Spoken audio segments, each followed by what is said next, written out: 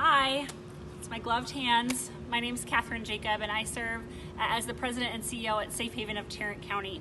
I am here in the courtyard of our Arlington shelter, and I wanted to just give everybody an update on how things are going at Safe Haven. I'm not sure if you've kind of heard the news or some of the reports.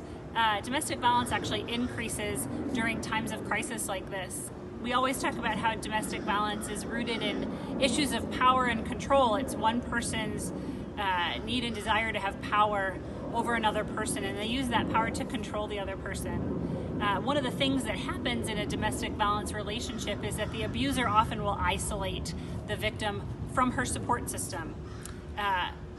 When the government and other leaders are encouraging us during times of something like a pandemic to isolate ourselves, that makes it really hard for victims because they are even more isolated now with their abuser in the same home.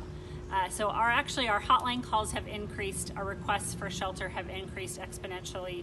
We need staff who normally do other things for us are kind of all hands on deck to help out in the best way possible during a crisis.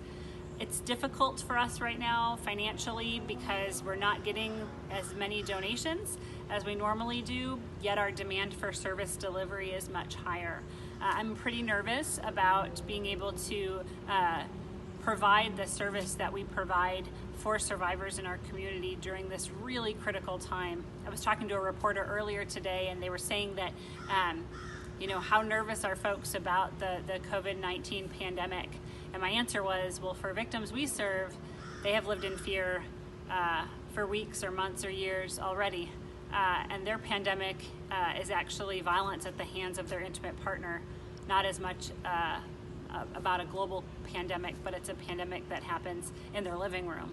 And so I think this is a really important time for people in our community in Tarrant County, and I know we are a really giving place to not forget the women and children in shelter whose lives are saved by shelter during this time. We stay open when other places don't.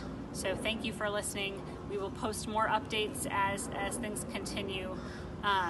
But we really appreciate this community of support.